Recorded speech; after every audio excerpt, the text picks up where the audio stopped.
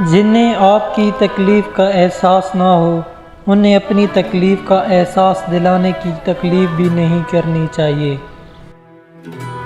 دعائیں تب اثر کرتی ہیں جب انہیں صبر کی مہر لگا دی جائے، اور صبر یہ نہیں کہ اللہ پاک سے مانگنا ہی چھوڑ دو، صبر یہ ہے کہ لوگوں سے کہنا چھوڑ دو۔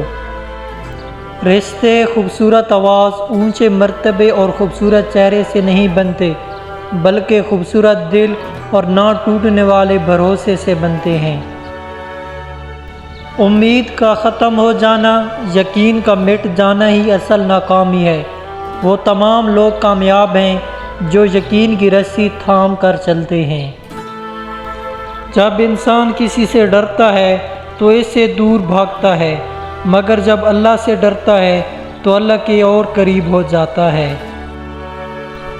گزرے ہوئے کل کا افسوس اور آنے والے کل کی پریشانی ہمیشہ آج کو بھی خراب کر دیتی ہے۔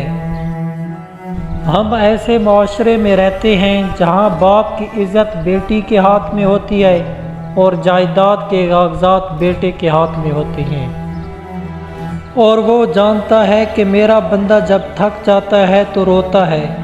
یہ دنیا والے اس کو رلاتے ہیں، وہ پھر یہ نہیں دیکھتا کہ اس کا ماضی کیسا تھا یا اس کے اعمال کیسے تھے، وہ بس عطا کر دیتا ہے اور سارے غم خوشی میں بدل جاتے ہیں۔ خواہش اور چاہ میں بڑا فرق ہے۔ خواہش انسان کو گھمنڈ کر دیتی ہے، چاہ انسان کو مٹی کرتی ہے۔ آپ کو اپنی پسند اور خواہش کے عین مطابق چیز صرف بازار سے مل سکتی ہے۔ انسانوں کو ان میں موجود خامیوں کے ساتھ ہی قبول کرنا سیکھیں۔ جس نے تمہیں دعا کرنا سکھائی ہے وہ بہتر جانتا ہے کہ قبولیت کا بہترین وقت کون سا ہے، لہٰذا اللہ کا حکم آنے تک صبر کرو۔ اگر آپ اپنی زندگی میں کچھ کرنے کا جذبہ رکھتے ہیں اور اس کے لیے کوششیں کر رہے ہیں تو اس کے متعلق ہر کسی کو بتاتے نہ پھریں، پہلے اپنا مقصد حاصل کریں پھر لوگوں کو بتائیں۔ آپ کو طاقتور بننا چاہیے، اس لیے نہیں کہ آپ کسی کو دبا سکیں، آپ کو طاقتور اس لیے بننا ہے تاکہ آپ کو کوئی دبا نہ سکے۔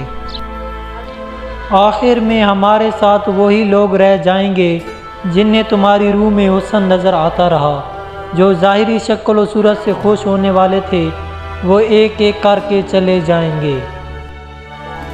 اللہ سے مانگنا کبھی مت چھوڑیں، اللہ نے تو ابلیس کو بھی دے دیا جو اس نے مانگا۔